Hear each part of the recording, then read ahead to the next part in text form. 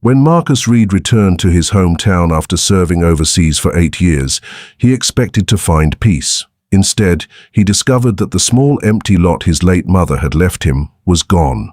The lot wasn't worth millions, but it meant everything to him. It was where his mother dreamed of building a community garden for local children. She had worked 2 jobs to buy that piece of land. When Marcus visited the property records office, he was shocked. The HOA had sold his lot for just $1. According to them, they had placed liens on the property for unpaid HOA fees, then quietly transferred ownership to a company connected to one of the board members. Marcus demanded answers, but the HOA president laughed. "You abandoned the property," she said. "You should have paid more attention." Marcus explained that he had been deployed overseas and never received any notices. The board didn't care.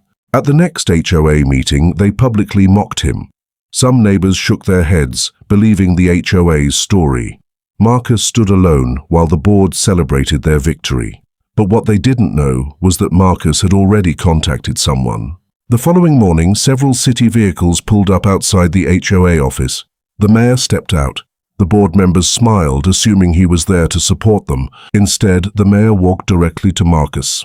Then he put a hand on his shoulder and said words that instantly drained the color from their faces.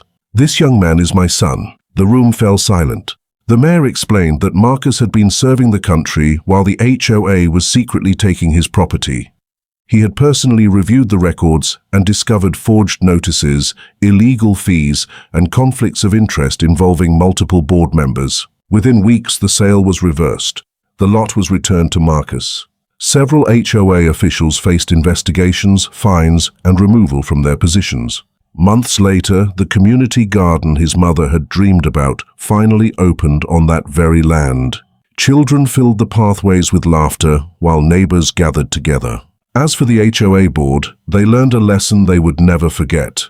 Never mistake someone's silence for weakness, and never assume an ordinary person has no one standing behind them.